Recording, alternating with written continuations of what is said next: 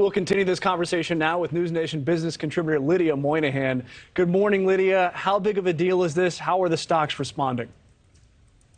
Well, I think people are just thrilled to see that this deal has actually gone through. The Twitter stock has fallen quite a bit over the past 6 months, and now it's rebounding with people recognizing that Elon Musk is actually going through with this. And I think everyone is digesting that moment yesterday as he walks in carrying a kitchen sink, telling people, let it sink in. I'm finally taking over Twitter. And, you know, in the past few days on Twitter, of course, he has outlined his vision, saying he wants this to be a common digital town square where a wide range of views can be debated. And I think he's really kind of trying to thread the needle now between assuaging people who have been worried he's going to let it be a really chaotic platform, and at the same time following through with some of the promises he's made that, you know, he wants the algorithm to be clear. He wants that to be transparent.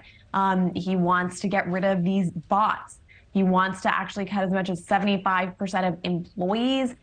So we'll see how much of this he goes through with. But at the same time, he's clearly cleared house, gotten rid of all of the top executives since he's come in. And so, you know, reiterating some of his promises, but we don't really have a sense of the timeline or when exactly we can expect to see all of these changes happen. Well, and Lydia, you just talked about the future. You mentioned that he's let go of some executives. The CEO is out. The CFO is out. We're expecting more coming. What can you guess that the future of the company looks like, since we don't know? But what direction do you think he's going to take it in?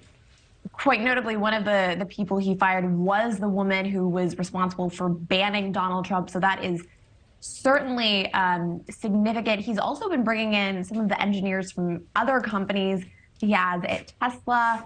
And so it's unclear what those conversations are going to be. But he's already said he would let Trump back on several months ago. So I think we can expect to see him follow through with that. Other more conservative accounts like the Babylon Bee, a satirical Christian site, that will likely get reinstated.